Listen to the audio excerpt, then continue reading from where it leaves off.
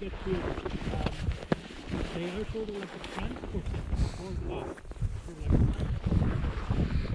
Their main purpose really is to transport lava from A to B without losing as much heat as for example, if the surface will become quite thin, so spread out quite a lot, and it will usually cool down quite quickly.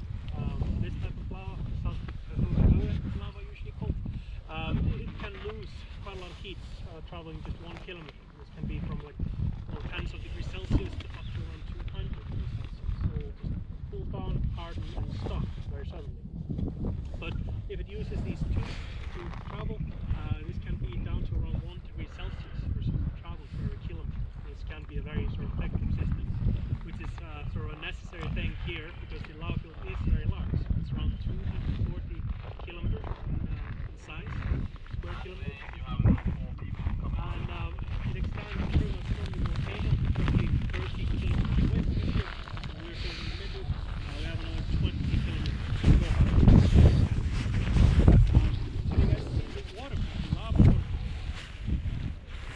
No, not yet. Next. Take a look at them. They're sort of on the way to to the west here. This is kind of the only way out at the moment. It'll take maybe like 10-15 minutes to kind of take a look at them, but they're very, very nice. They're sort of different from most waterfalls. These are sort of just a ledge, the water kind of going over. Yeah. They're sort of multi-stage. So you have like 4 or 5 ledges sometimes in them because the water is going through the ledge, going through the cracks and the lava cave. And nice, probably like frozen.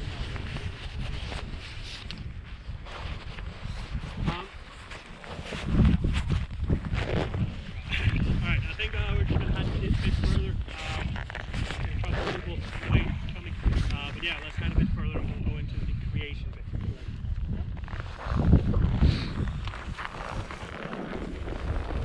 Jake, this is 4 people.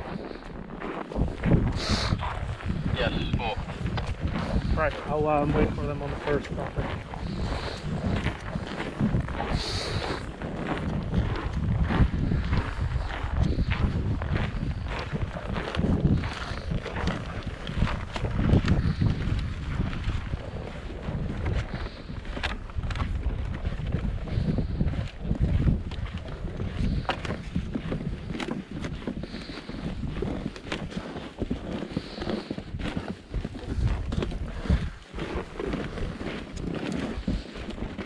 So yeah, be careful on these stairs here, guys. They're a bit narrower than you would think.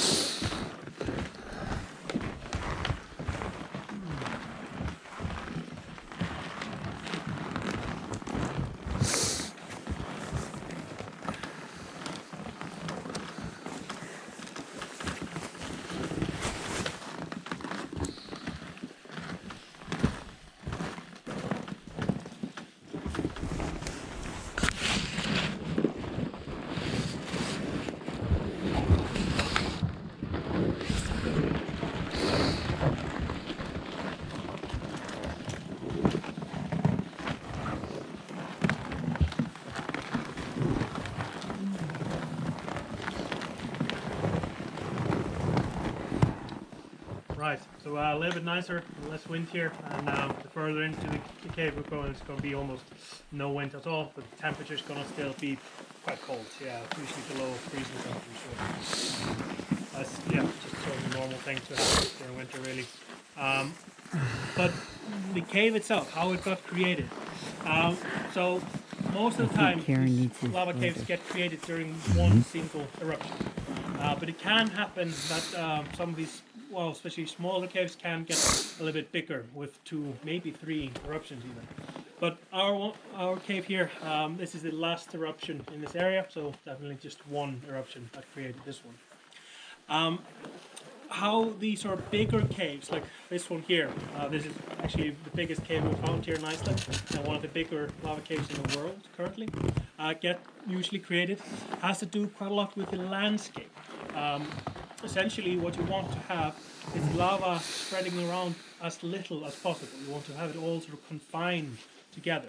And this happens here in our valley, mainly because, well, before the lava field sort of flattened out and sort of rose the ground a little bit, it was a little bit more sort of V-shaped, a little bit sort of narrow towards the bottom, because originally it was carved by a glacier, which usually leaves sort of a nice or deep kind of valleys. The lava, well, essentially acts sort of like a river coming from the volcano down our valley here. It will pretty much always be going towards the ocean or going downhill here, but it will almost be sort of like alive. If there's, for example, hard piece of rock to the right, it will just take a little bit of turn to the left, make it easier for itself, and sort of snake its way down the valley floor. And it will act, very much like water. This type of lava is, well, quite liquidous or sort of low viscosity, if you know what that is, or thin and sort of, flows quite nicely. Hi guys. Where's the rest of your group? They're coming. Alright, really.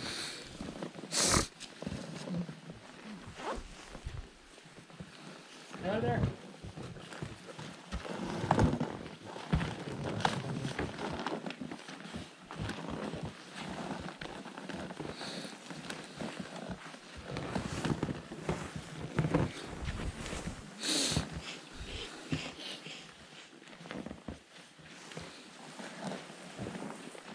Just take it nice and slowly, guys. Hello. Hey.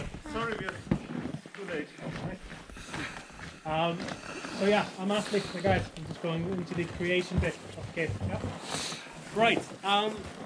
So yeah, as sort of a river, it will start to melt the ground. It's running on top of it and sort of go into it a little bit.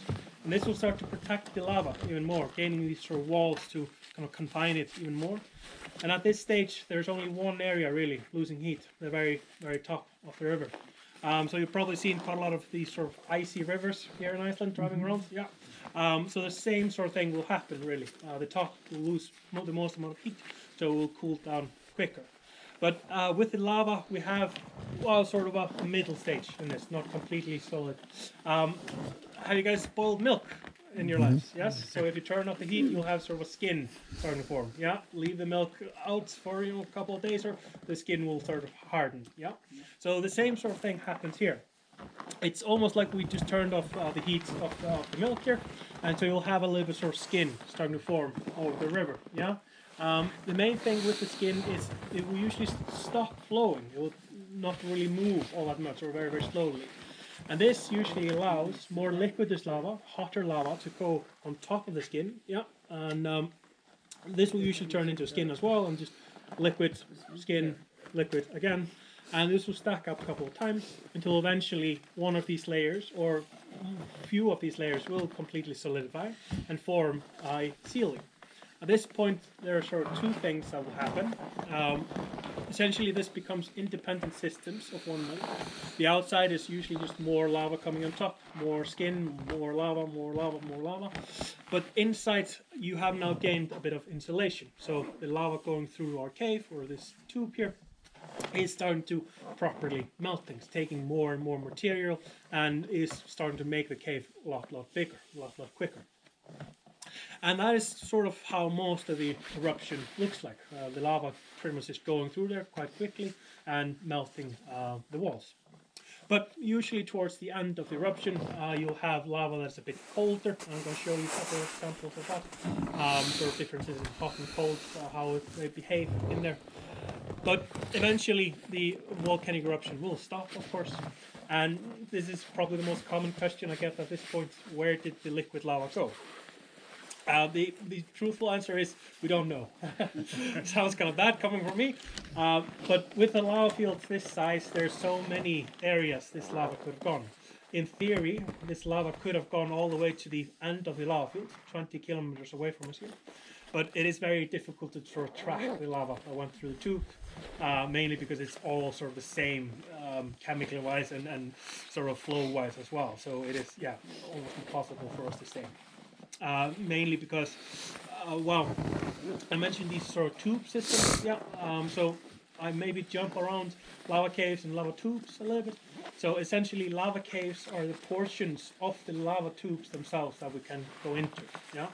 So the lava tubes, in theory, could be here up to around 50 kilometers or so in length, but our cave is only around 1.6 kilometers. So we just have sort of section. We have most likely found a couple of other sections, but nothing connected to our cave here on this side or this side either. So I don't know. Yeah, but yeah, during cool down, this is the most sort of critical stage for these lava caves.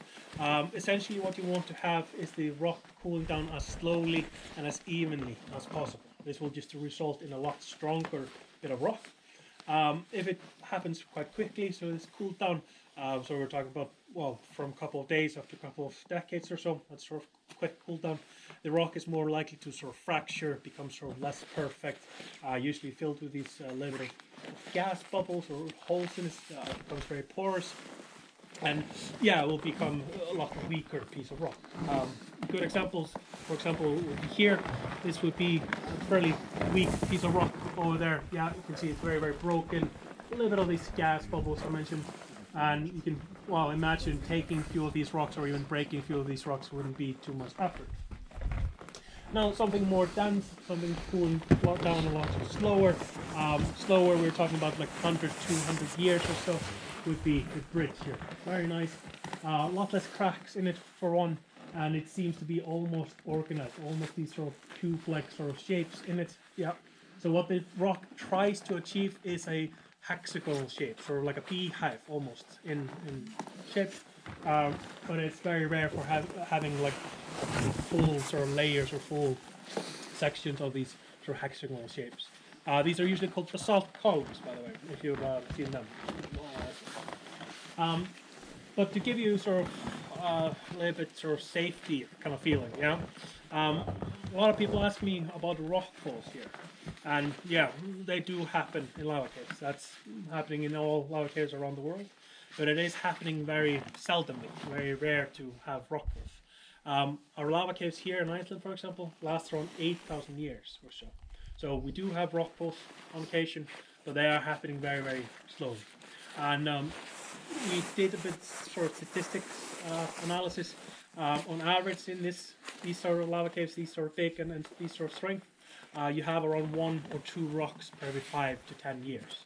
So if you compare that to maybe driving outside in Reykjavik, for example, let's say 12 hours and 12 hours inside the cave, you're more likely to get to 3 car accidents per one day than just seeing a rock fall one day inside the cave. Yeah. Now, if you want to be hit by one, you would have to, of course, be in the right place at the right moment in the right cave. Yeah. That's around 8 or 9 car accidents per day. That shows you sort of the absurdity that you would have to be very, very, very unlucky to be hit by one, and well, maybe lucky as you will, seeing one in there. So yeah, we're not going to see a rock fall in there. I can almost guarantee that. With a but in winter, this is actually the best time to go into lava caves because here in Iceland we have quite a lot of ice built up in the caves. Most of these cracks have quite a bit of water in them, which tends to freeze, especially sort of the areas you should be worried about in lava caves, the smaller rocks and things like that. And the ice will act sort of like a glue between them, sort of wedging them out a little bit and sort of holding everything nicely into place for us, which makes them even safer for us to go into. So yeah, hopefully everyone trusts me to bring you into the log cave. Yeah. All right. Do you guys have any questions so far? No. All right. Then we're just gonna head down a bit further. I'm gonna go over a couple of safety tricks really quickly, and then we're gonna properly get into the cave.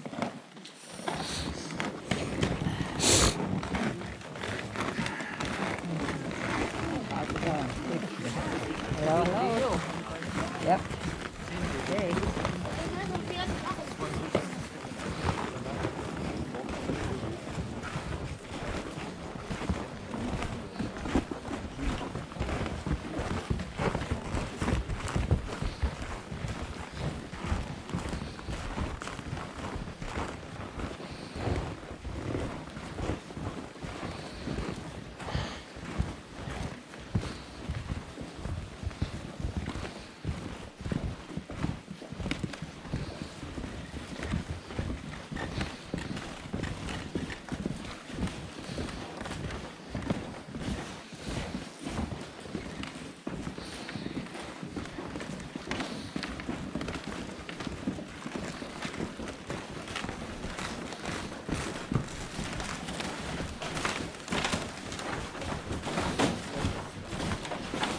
When I see ice.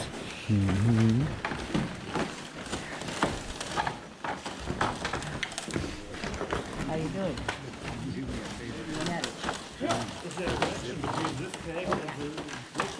I tell you, I got one side, you didn't show me the other side. we were talking about sweat today.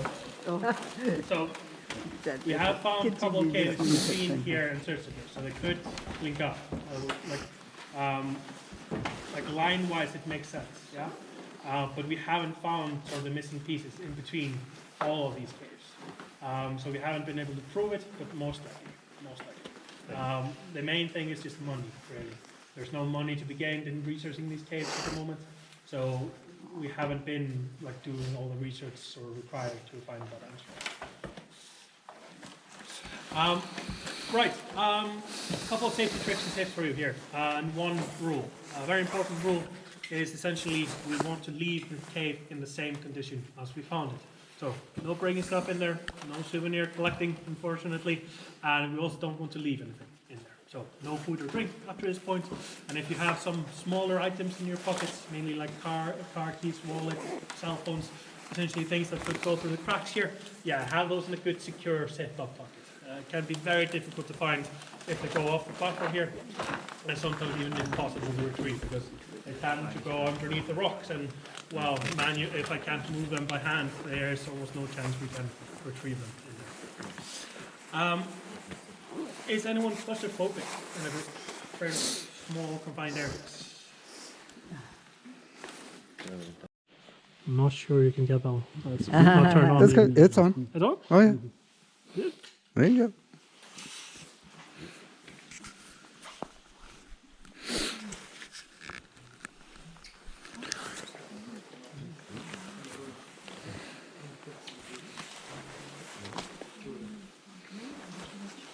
It's a lot of straws. So it was much gasoline and Puppies get kind of hot. I got my warmer in my pocket. Oh, you got it on, huh? Well, and this side was getting a little warm, so I switched Rotate. pockets. Do you have it on one side or you have it on? Oh, here. You want to put one in each pocket? See which one gets faster? no, it's very, very light. But I see when I put it on my bare skin, it cools it off faster. And I remember reading that it stays warmer if you have something between your skin and the device. So this one is also straw? Yes. Oh yeah, you can definitely see through.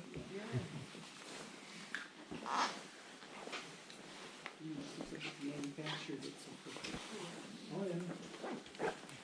All right. Got that in that pocket.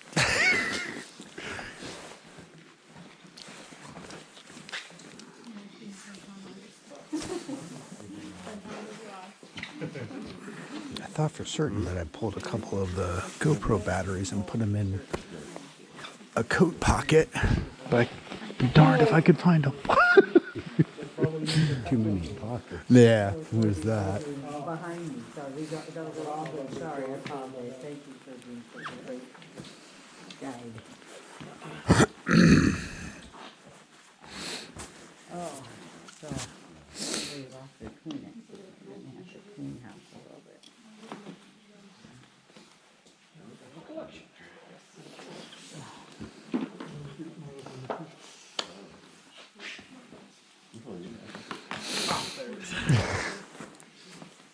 All right.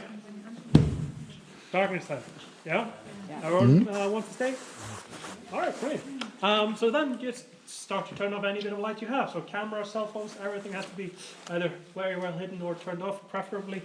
And then, of course, the headlamps.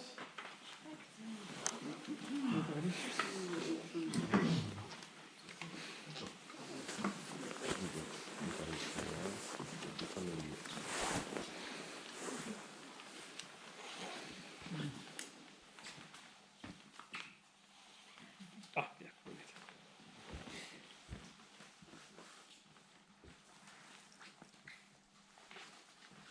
Can I?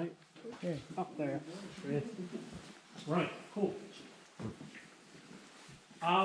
For the darkness, I recommend, because we are quite a few of us not moving around too much, yeah.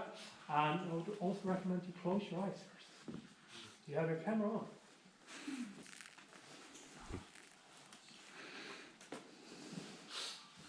Any bit of light we'll see, so if anyone's cheating, we'll know. Alright, everyone's eyes closed? Yeah? And open your eyes. Wow.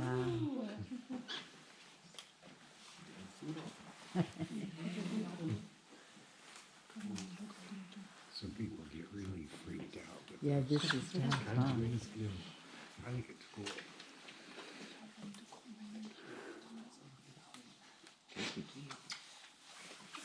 you're real quiet, you can hear.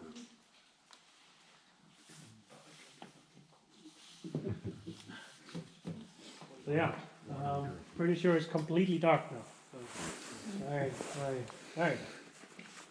It's so dark, like if you bring your hand in front of your face, and then if you wave it, or if you bring it to the point you can touch your nose with it. You see it? No?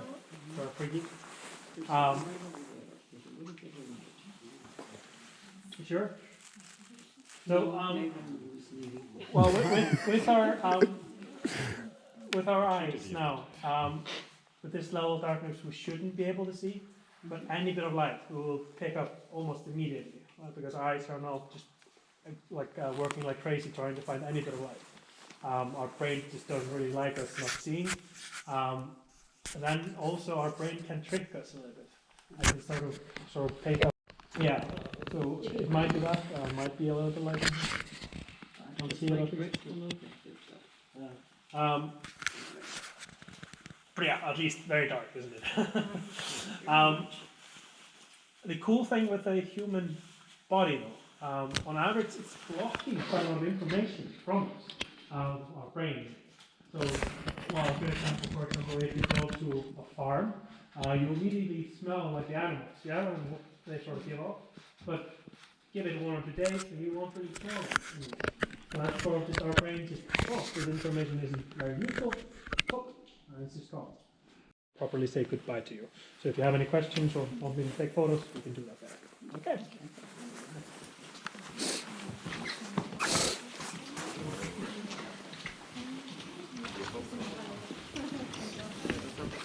Somebody over by you guys was glowing, just so you know. Just so you know, you were the ones I saw the last. Yeah, I was playing around with my GoPro.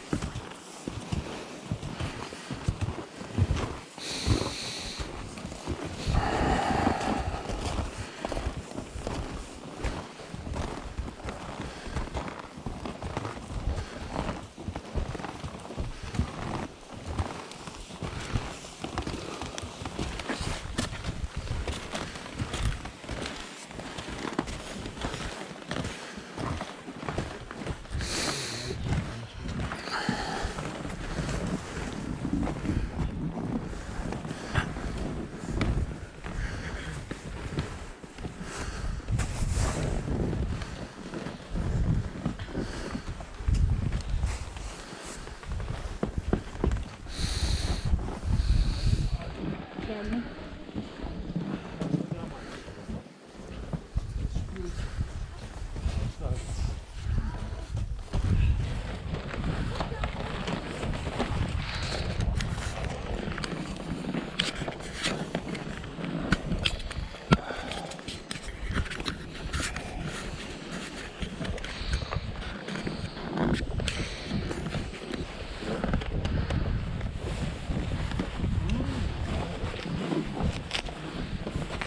Anyone going northern light hunting today?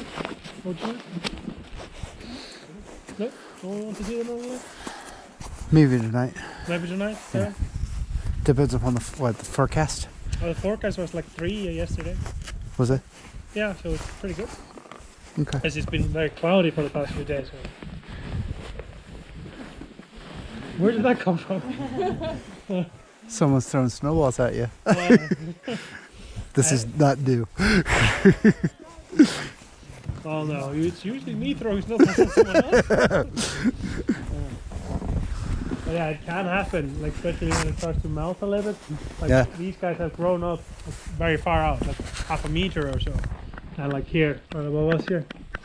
So probably have to take these down.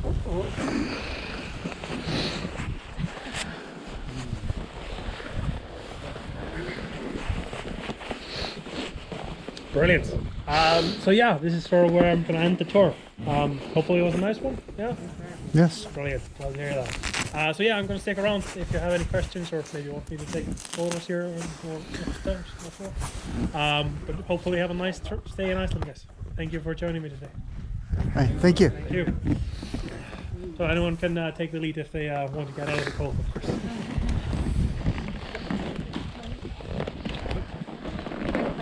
Yeah. Not really. So, while I was working my way through uni, a friend of mine asked if I wanted like a weekend job, and I finished uni and started working full time. But now I'm not a geologist or anything like that. And then not done any geological studies then? Well, I started uni as a geologist, but I finished this one semester there. Wasn't like I didn't want to work as a geologist. Yeah. Then yeah, I well sort of just went up here. So I think I'm just kind of trying to not grow up too soon. Well, you certainly have a wide Avoiding that. Yeah. of knowledge, and so it felt like you had done some study in geology. Not really. We do learn quite a bit of geology in elementary school and high school. And I just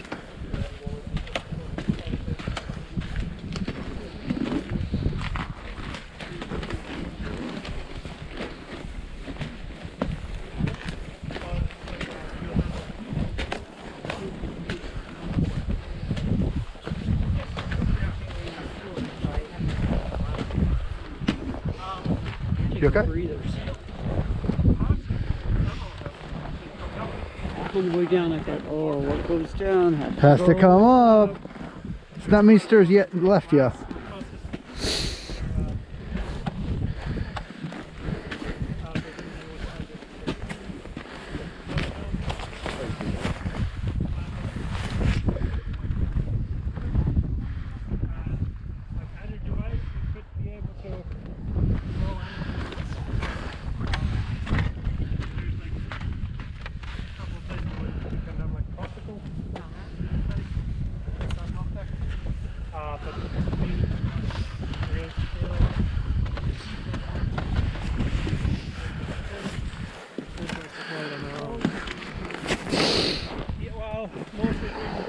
just sort of private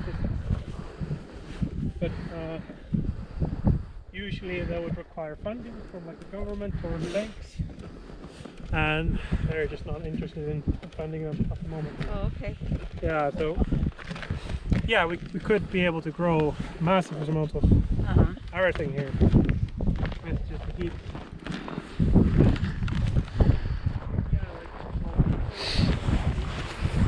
Let's go splunking!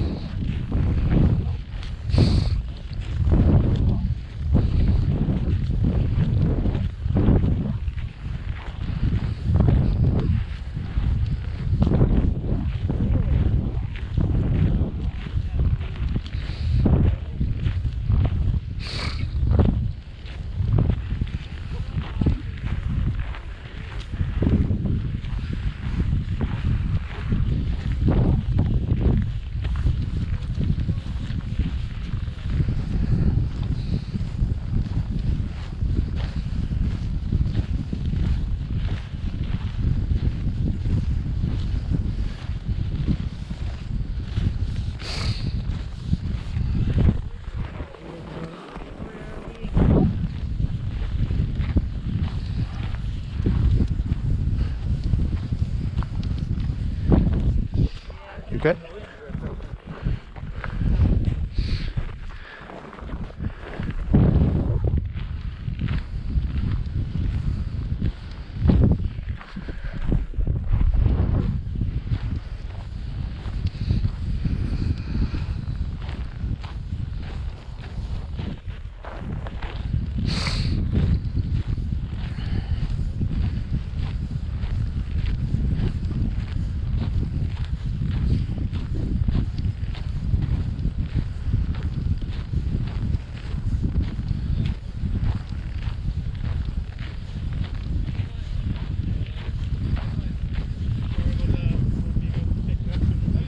It's okay. It was a small troll. Small Okay, troll. small Small one. troll.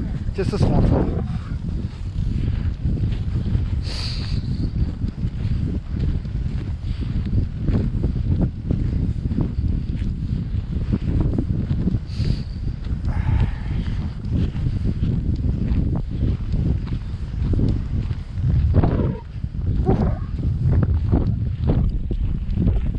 Yeah.